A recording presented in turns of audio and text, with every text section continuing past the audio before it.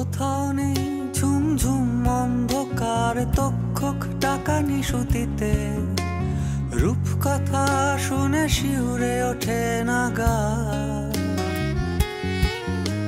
স্বপ্নে আমার শরীরে কেউ ছড়ায় না শিউলি ফুল, আলোর আকাশ নুয়ে এসে ছোঁয় না কপাল।